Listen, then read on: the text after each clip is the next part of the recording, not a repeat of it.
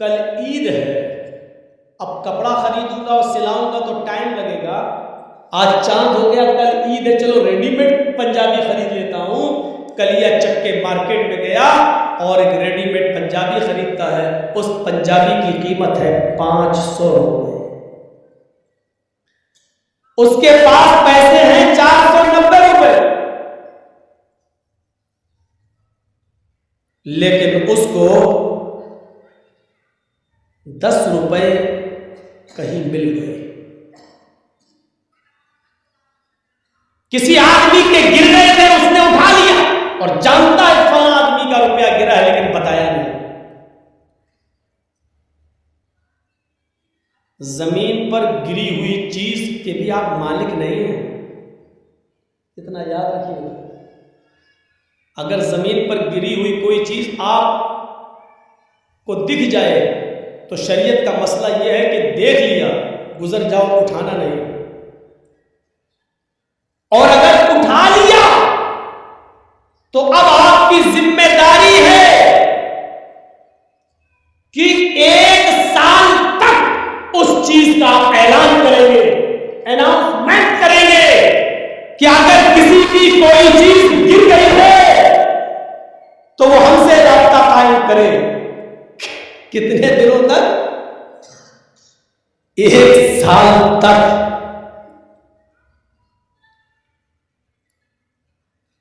एक साल तक आप उसका अनाउंसमेंट करेंगे, 1 साल तक। और जब 1 साल के बाद भी कोई नहीं आता है, उसका मालिक नहीं मिलता है, तब आप उसका 5वां हिस्सा सदका और खैरात करके बकिया चीज आप अपने लिए इस्तेमाल कर सकते हैं। यानी 100 रुपए मिले हैं आपको, तो पहले 1 साल तक उसका अनाउंसमेंट करो, बचेगा क्या?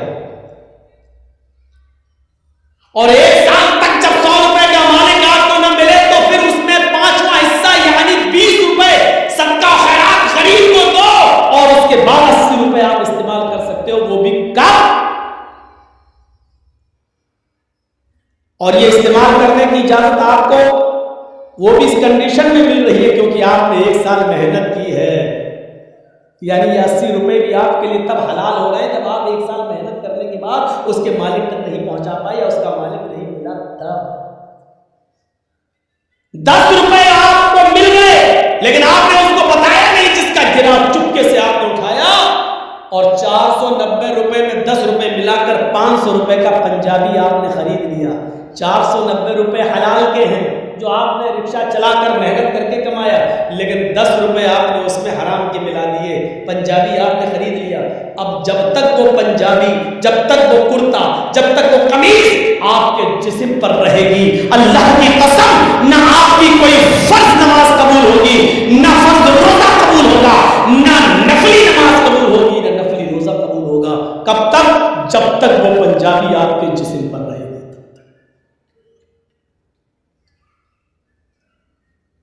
अब सोचिएगा, 490 हलाल के हैं, 10 ही उसमें मिलाए थे हमने, तो वो कमीज हमारे लिए हराम हो गई। और कलिया चक के चौराहे पर, चौरंगी पर खड़े होकर जो लॉटरी के टिकट बिकते हैं, वो एक टिकट खरीद लीजिए और अचानक धूल में लॉटरी लग जाए और 1 लाख, 2 लाख, 5 लाख, 10 लाख रुपए आपको मिल जाए। जब 490 हलाल के रुपए में 10 रुपए मिला रहे हैं तो सब हराम, तो 1 लाख 2 लाख रुपए प्योर सूद के जो आपको मिल रहे हैं बगैर मेहनत के, वो आपके लिए हलाल कहां से हो गए? और एक मामले में आपका सुल्तानगंज भी बदनाम है, कलिया चक भी बदनाम है, मौजमपुर भी बदनाम है, लखीपुर भी बदनाम है, और इस इलाके के अक्सर गांव बदनाम है, चाहे वो बस्टम नगर हो या 16 माइल, सब बदनाम है। क्या है? IPL में सट्टा लगाना। और अभी शुरू होने वाले हैं IPL मैच, एक एक बॉल पे सट्टा लगता है, एक एक बॉल पर।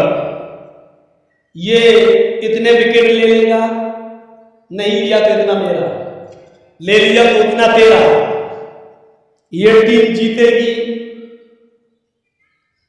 एक एक बॉल पर सट्टा लगता है कि दूसरे नंबर पर बॉल जो जाएगी उसमें छक्का लगेगा, उसमें चौका लगेगा।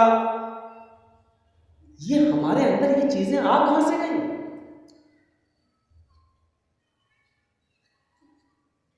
ये तो प्योर हमने लगाया 1000 रुपया, या तो इधर गया या इधर आया। लेकिन तसव्वुर कीजिए, इस्लाम ये कहता है कि अगर आपने किसी को 100 रुपए दिए बतौर कर्ज, बतौर उधार, ये कहकर दिया कि आप 100 रुपए ले लीजिए, आपको जरूरत है, लेकिन 1 महीने के बाद जब आप वापस करेंगे मुझे तो हम आपसे 110 रुपए लेंगे। हम आपसे 110 रुपए लेंगे और आपने 1 महीने के बाद 110 रुपए उससे ले लिए, तो जानते हो ये 10 रुपए आपके पास जो आए हैं और आपने जो 10 रुपए 1 महीने के बाद ज्यादा ले लिया, आप तो सट्टे में 1000, 2000, 5000, 10,000 लगाते हो IPL के। यहां तो आपने किसी की मदद की है और उस मदद के जरिए उसने 100 रुपए में कमाया और 1 महीने के बाद 110 दे दिया। वो 10 रुपए जो आपके पास ज्यादा आ रहे हैं, उस 10 रुपए के बारे में अल्लाह के नबी क्या फरमाते हैं, सुनिए। अपने माजा की रिवायत है, दिरहम रिबा याकुलुहु रजुलु वहुवा यालम।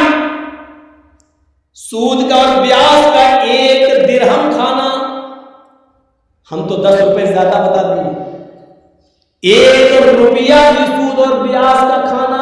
अब सही आया है। IPL का सट्टा लगाने वालों गौर से सुनना, कल एचएम की चौरंगी पर खड़े होकर लॉटरी के टिकट खरीदने वालों गौर से सुनना, बैंकों में लाखों रुपए जमा करने के बाद सेविंग अकाउंट में सूद पड़ जाता है, सेविंग अकाउंट से सूद लेकर खाने वालों गौर से सुनना। सूदी कारोबार करना, सूद पर रुपया देना और हर महीने 10%, 5% उससे सूद वसूल करना। अगर हम लोग ऐसा कर रहे हैं तो ये लोग भी सुने। अल्लाह के नबी सल्लल्लाहु अलैहि वसल्लम फरमाते हैं कि याकुलुहु दिरहम रिबा याकुलुहु रजुलु वहुवा यालम।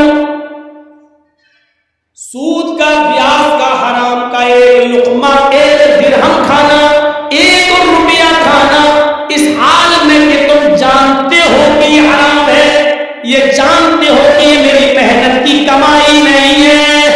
अशद्दु मिन 36 ज़नियतन, 36 मर्तबा जिना करने से भी ज्यादा सख्त है। कैसा लग रहा है?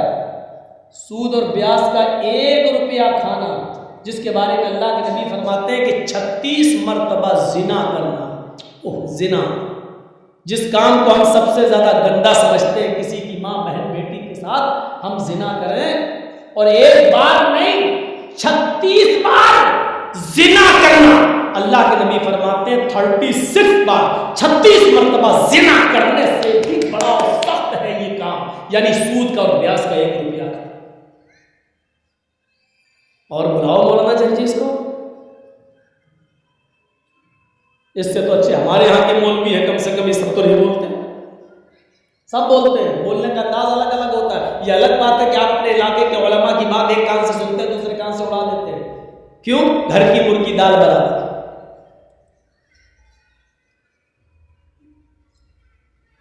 36 बार रूह कांप जाएगी, रूह। कहां है हम? एक हदीस के अंदर तो यहां तक अल्लाह के नबी सल्लल्लाहु अलैहि वसल्लम ने फरमाया, अर्रिबा इस्नानि व सबऊना बाबन, ऐसरुहा अय्यन के हर रजुलु उम्महू।